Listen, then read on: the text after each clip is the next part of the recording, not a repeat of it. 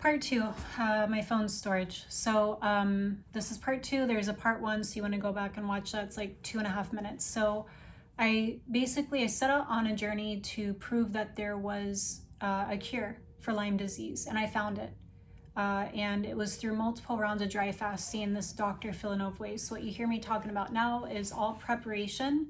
Do not go into a dry fast by yourself. Don't go into dry fasting if you've never done it before. You have to be careful and cautious, only because if you haven't cleaned up your diet, your lifestyle, and you're trying to throw yourself into a fast, there's a lot of preparation. I'd recommend preparing for fast, any type of fasting, diets, even the way you break your fast is all very important. So especially if you've never fasted before.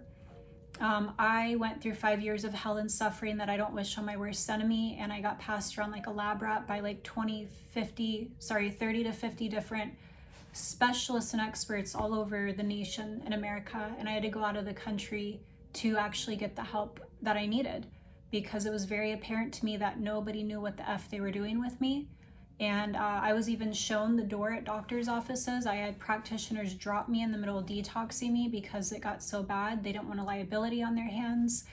And every time I dealt with a doctor, specialist, expert, it's like I had to be the leader. And I guess their egos felt challenged, but I knew that they didn't know, they weren't listening, and they didn't know what they were doing with me. And it actually ended up making me much worse. So I had to take matters into my own hands and say, fuck this, there has to be another way. And at the time I wasn't sure if there was, and you have to understand, I say Lyme disease is what I was dealing with, but I was dealing with a host of like 18 running medical diagnosis and counting. Who knows, if we would have kept running tests, we'd have kept finding more stuff. I was dealing with long COVID, Lyme, all the co-infections, Bartonella, Babesia, Burdiferite, other shit I can't even pronounce, massive parasitic infection, which normally you can't see on testing, but we actually could see these parasite worms, mycoplasma, hepatitis, SIBO, C. diff, so many gut issues, vitamin mineral deficiencies, H. pylori. I mean, it just goes on and on and on. And my little body was in a crisis, and I was such a messy web of a case that if you pulled a string this way, it made it worse over here. If you pull a string this way, it made it worse over here. So you get my point. I was in really bad shape, and this almost took my life on several occasions. So you see me here calm, collected, talking about this, but this was no joke. It ruined my life, and I set on a quest to find a cure, and I found it. And I believe that specialists and experts have been completely overcomplicating. There's so much misinformation about Lyme disease, what it is. The medical literature is old and outdated. I didn't have a bullseye rash. I didn't have a fucking fever.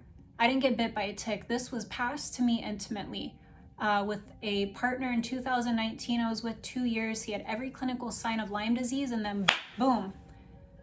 I started having weird symptoms a few months after being intimate with this partner I was with for 2 years. And then eventually, I didn't think much of it. And then eventually, I think as it progressed, it got worse. And then after COVID, went through a breakup with that individual. It was a massive heartbreak and stress on me. And then I unknowingly moved into a water damage building, which means mold. And I just tanked. I just went downhill.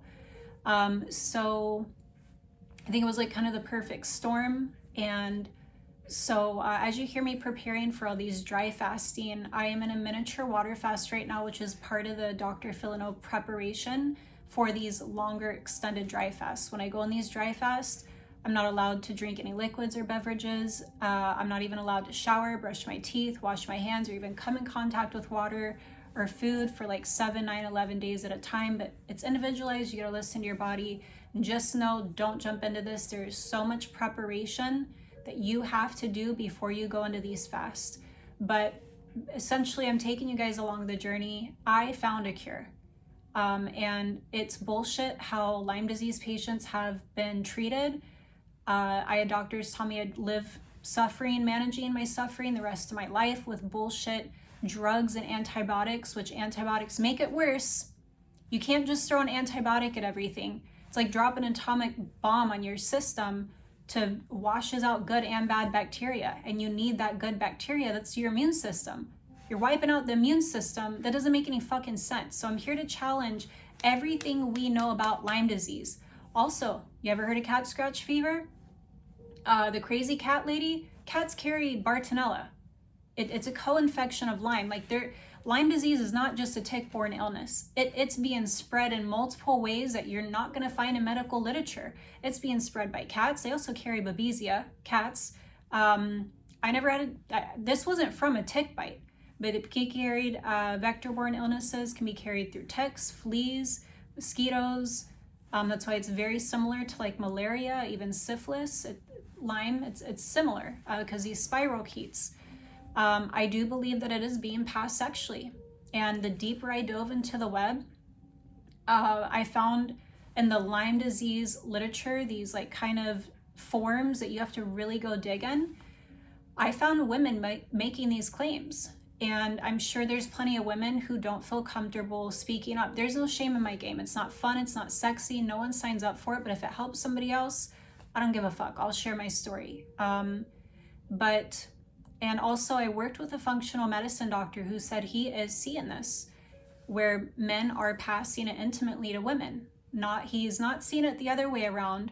Who knows? I'm not blaming men. I'm just saying that it's happening and it needs to be talked about. Why do you think all these celebrities all of a sudden have Lyme disease?